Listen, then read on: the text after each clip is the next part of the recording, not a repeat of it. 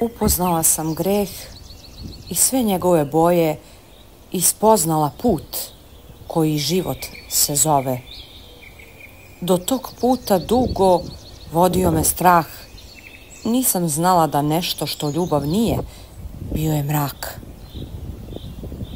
Ranjena srca, padala sam često, ta tamna sila, tu joj nije bilo mesto.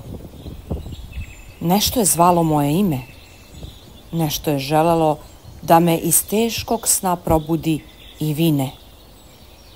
Svaki taj greh i udarac zadavao mi je bol, dušu mi je uzimala tama. U mislima i snovima bila je galama, dok nisam pokajno zavapila kroz tihi vrisak molitvene borbe na kolenima između 4 zida svoje sobe. Tek tada otvorila su se vrata i čuo se glas, on dolazi kao spas koji u život nas zove. Oprosti mi što te nisam čula dugo, što nisam znala kako i kuda sa tugom. Oprosti mi jer sam puno grešila i u grehu patila, ali se tebi vratila.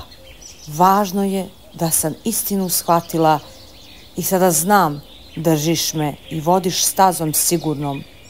Tamo gde je duši dom, tamo gde je ljubav večna, tamo gde je istina put i život, tamo gde je Bog, tamo gde je ljubav, tamo gde je večnost, tamo gde je svetlo. Za sve samo slava Bogu za sve.